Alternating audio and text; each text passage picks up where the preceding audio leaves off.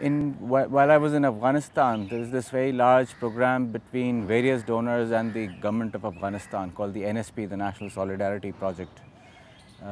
It's funded by a range of donors. The interesting thing I found was that it's something that is the agenda of the government itself, and donors, without sort of necessarily wanting that their individual flag and identity is much publicized, they're willing to back it up. So they're putting significant amount of resources behind it. The other aspect was that, unlike many projects that I've seen, this was a lot more flexible in its design, especially given the context of Afghanistan. It allowed a degree of flexibility for the project to evolve.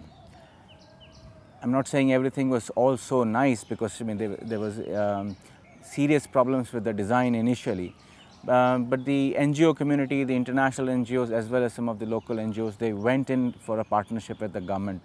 And the government also saw them as partners, so there was a lot of space for dialogue that was created. So realities from the ground, as the implementation happened, were then feeding into the design aspect of the program, and it changed in very significant ways, which is something which I found quite wonderful compared to my experiences with various other projects, where the structure is quite straitjacketed, predetermined, and very limited space for mid-course correction or continuous evolution.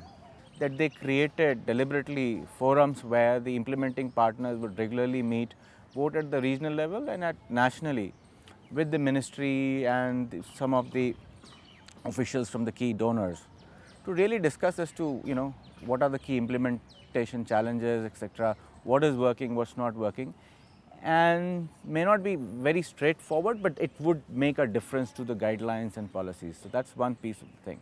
The other flexibility was that instead of saying what will happen in the name of development, this project was building on saying that they're creating this local government councils, community councils. These were the local government structures, and these councils would then make plans in a participatory way, and their development plans would determine what happens instead of anybody else deciding.